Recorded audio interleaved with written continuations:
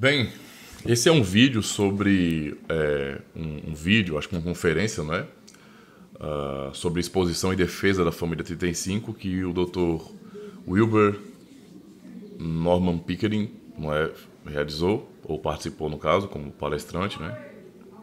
E se eu não me engano, a primeira palestra, se eu não me engano, viu? Eu achei esses dias aí as palestras.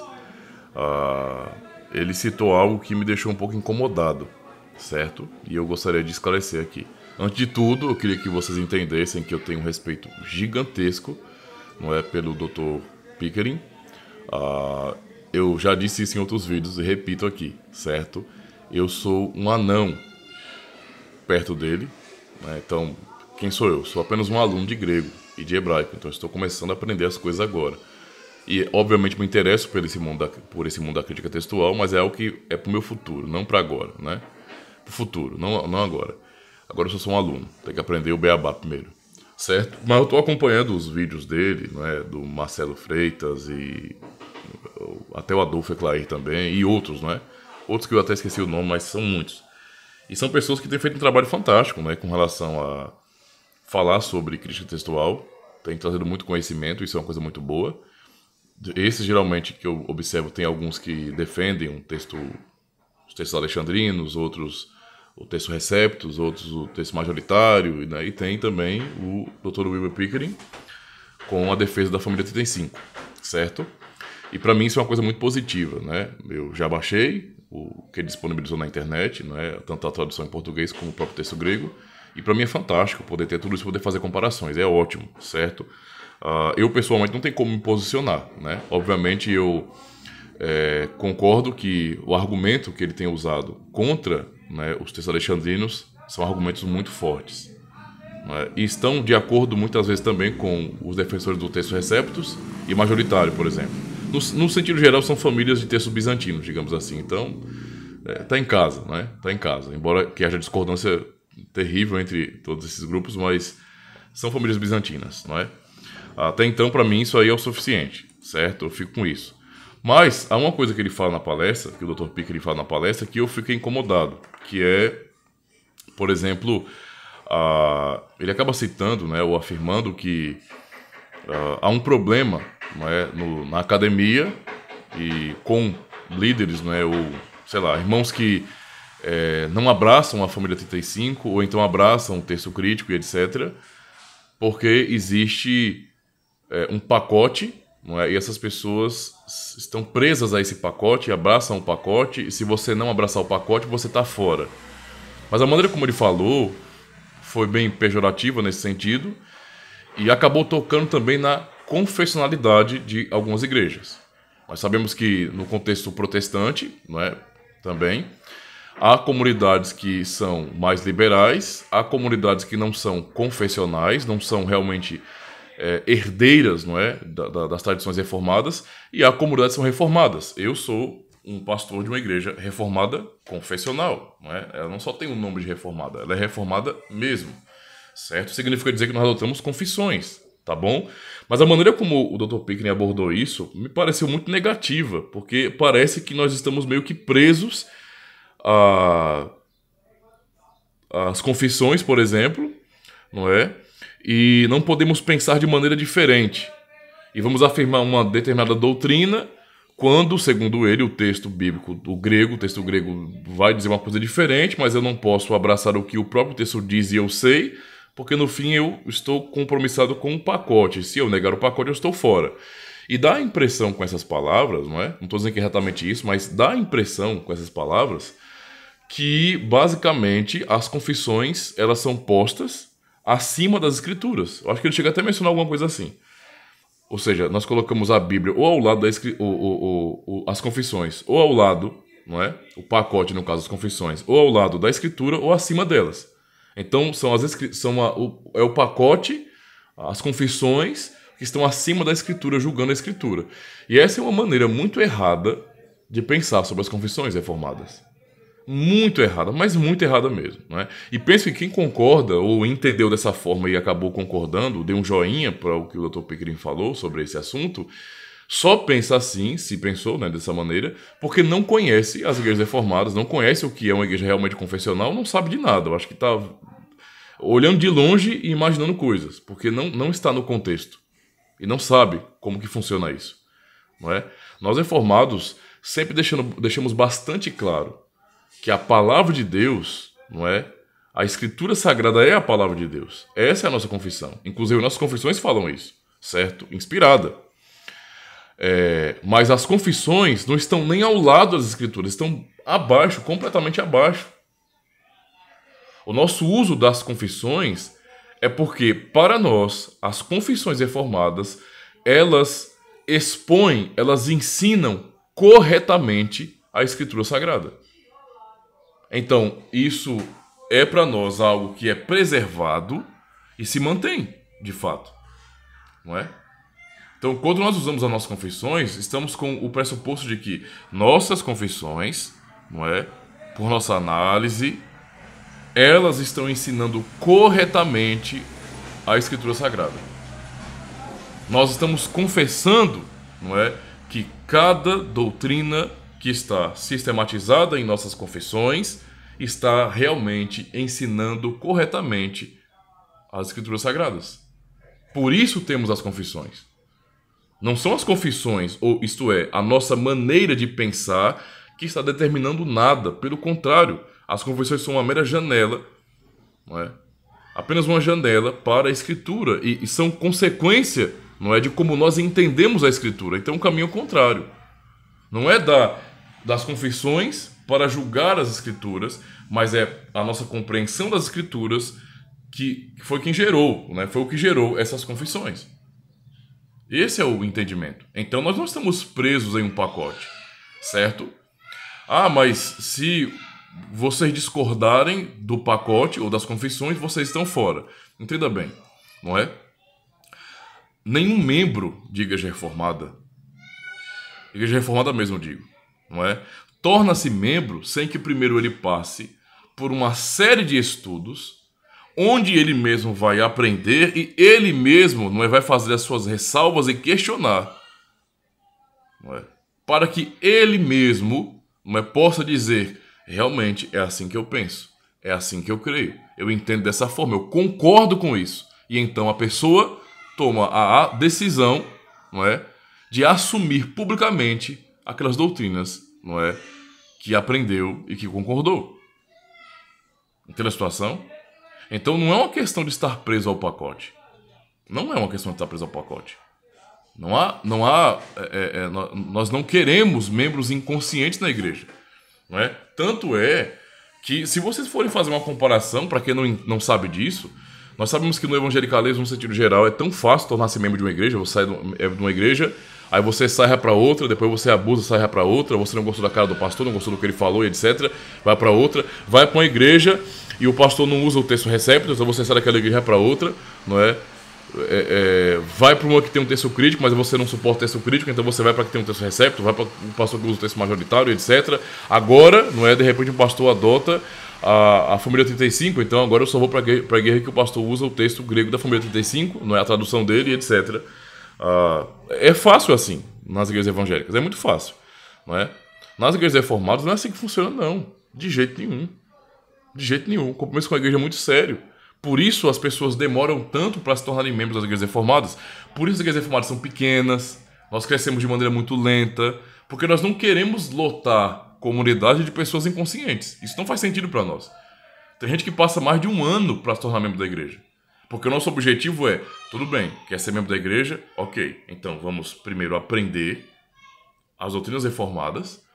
E nesse aprendizado, nessa catequese, vocês têm que realmente frear e dizer bem assim: peraí, mas eu não entendo desse jeito.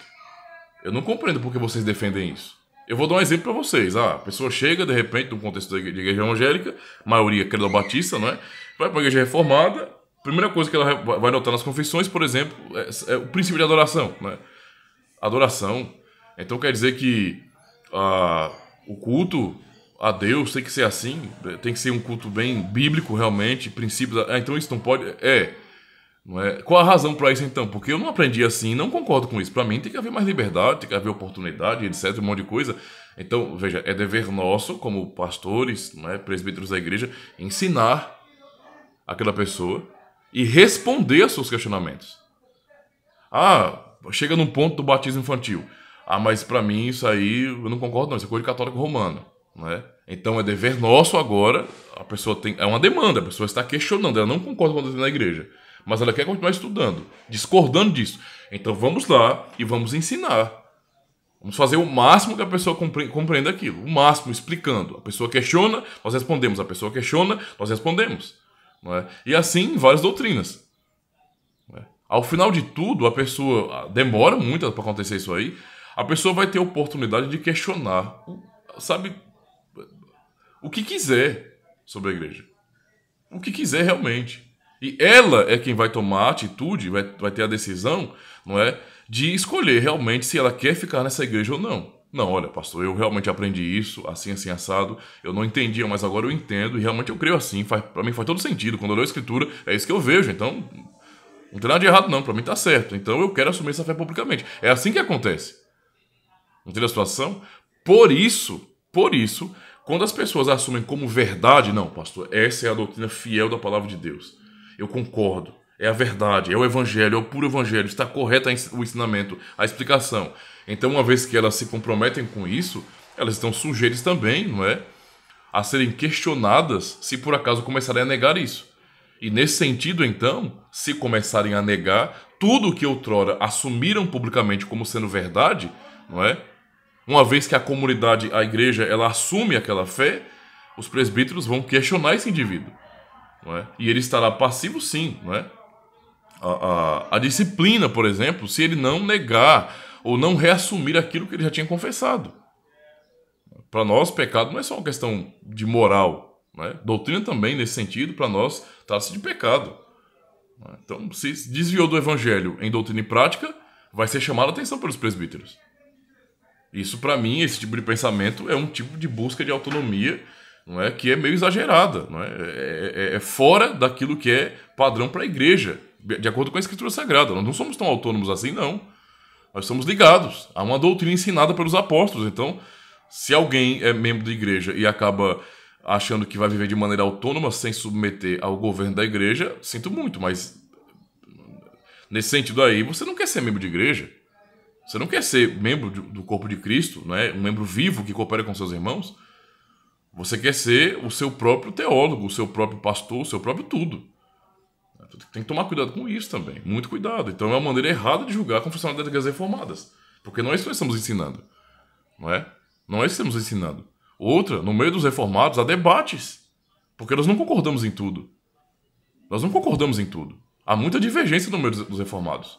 E isso não separa como irmãos de jeito nenhum, pelo contrário. Então não é simplesmente estarmos presos a um pacote. Eu, como um pastor reformado, eu subscrevo as confissões reformadas. No meu caso aqui, a Seis Formas de Unidade. E quando eu subscrevo a Seis Formas de Unidade, eu faço isso porque realmente eu entendo, não é, que essas doutrinas das Seis Formas de Unidade são fiéis. Elas são fiéis. Elas são explicações corretíssimas do Evangelho. É isso que eu estou fazendo. E eu prometo solenemente, nesse sentido, não é, defendê-las. E prometo não ensinar contrário a elas para a igreja. Não significa dizer que eu não vou ter uma dúvida com relação a alguma doutrina, não é, ou alguma expressão doutrinária, ou a maneira como foi explicada, não é, e ficar desassistido sobre isso. Não, se isso acontecer, nós temos recurso nas igrejas reformadas. Sim, nós podemos sim pedir ajuda para outros pastores, para o conselho da igreja, para o concílio, quando há um concílio, e pedir ajuda para esses pastores e procurar debate saudável para o bem da igreja, para o meu próprio bem como ministro do evangelho, como membro da igreja. E isso tudo são ferramentas que tem no meio das igrejas reformadas. Então quem fala, assume, não é, que nós estamos presos a um pacote, que estamos colocando a escritura acima, as confissões acima da escritura, são pessoas que não estão por dentro do contexto, não sabem do que estão falando, são pessoas que têm dificuldade com autoridade, têm dificuldade com submissão e querem ser autônomas a um nível de dizer bem assim, não, eu tenho o meu texto, não é? O meu texto grego, a minha Bíblia, e eu interpreto do jeito que eu quero, não é? E ninguém vai determinar como eu devo entender a Bíblia. Isso não é um princípio cristão, isso não é bíblico, tá? Não é bíblico. Se fosse para cada cristão ter a sua maneira autônoma de interpretação, não é? Para que uma doutrina apostólica central? Não faria sentido isso. Não faria sentido isso. Não precisaria nem das cartas. Né? Só falava que Cristo é o Filho de Deus, salvou e acabou. Salvo e acabou. Pronto, se vira com o resto. Não. Mas há todo o ensino, há a exortação dos apóstolos contra má compreensão de doutrina, contra heresias, contra tudo. Contra más práticas de cristãos. Nós precisamos disso. Porque é o que a Escritura nos ensina. Não? Então vamos tomar cuidado com isso, irmãos. Muito cuidado, tá? Ressaltando aqui, beleza? Que foi um ponto que eu discordei do Dr. Wilber Pickering, mas eu ressalto, não é, o meu imenso respeito por ele. Eu respeito, e eu percebo que muitos, não é, desses que trabalham com livro textual não querem respeitá-lo. Aqueles que têm um pouco mais de consciência, decência, bom senso, não é, e não são tão presos à metodologia científica empregada pela crítica textual, não é, também respeitam o Wilber Pickering. Muito, certo? Mas eu não vou ser seguidor do cara. Eu não sigo. Eu sigo a Cristo, esse é o ponto. Né? E penso que tem que haver um cuidado muito grande, né, para não ficar exaltando demais, digamos assim, os lados. Não é? Eu defendo esse lado e morro o resto. Não é assim que funciona. Vamos tomar muito cuidado com isso. Tá? Então eu discordo desse ponto, mas se for isso que ele quis dizer realmente, se não, alguém me corrija aqui, não tem problema nenhum. Mas realmente eu penso que tem que haver cuidado, não é? Muito cuidado para não ficarmos julgando as comunidades sem sabermos realmente o que elas são e o que elas ensinam e que pregam. Tá? Eu sei que é verdade que existe uma influência, infelizmente, por parte de seminários, não é? Até conservadores, digamos assim, que infelizmente abraçam a metodologia científica. Nisso eu concordo com o Wilber Pickering, com certeza, 100%, porque realmente o pessoal parece que se dobrou, né? As metodologias já estabelecidas pela crítica textual, se dobrou. E parece que o método científico deles fala muito mais do que, por exemplo, a questão das nossas confissões, ou então da tradição em si, não é? Eu não devo exaltar a tradição acima de tudo, de forma nenhuma, a escritura acima de tudo, mas eu não devo desprezar a tradição, certo? Devo realmente analisar as coisas com mais cuidado. Né? Tem que levar em consideração argumentos que são todos bons em muitos aspectos, não é? Eu acho que os argumentos piores até agora, falo como um leigo, é claro, tá? Então, se você é um crítico textual e assistir esse vídeo, não fique ofendidinho, nem fique agoniado, não. Eu não sei de muita coisa, então... mas eu realmente penso que o pessoal que defende os textos mais tradicionais são muito mais fortes nos argumentos, tá? Eu realmente penso assim, mas é um pensamento meu. E respeito os demais, só isso. Certo? Então, é isso que eu queria dividir com vocês. Vamos tomar cuidado, certo? Nós não estamos presos a pacotes. Então, se é para falar, dê nome aos bois, tá? Não vai falar de que os pastores, que as igrejas, que os seminários estão todos presos a isso. Não estão. Né? Meu professor de grego, por exemplo, ele não é alguém que tem essa mente travada, não é, em texto crítico, por exemplo. Não é assim. Então, ele faz parte de um seminário também.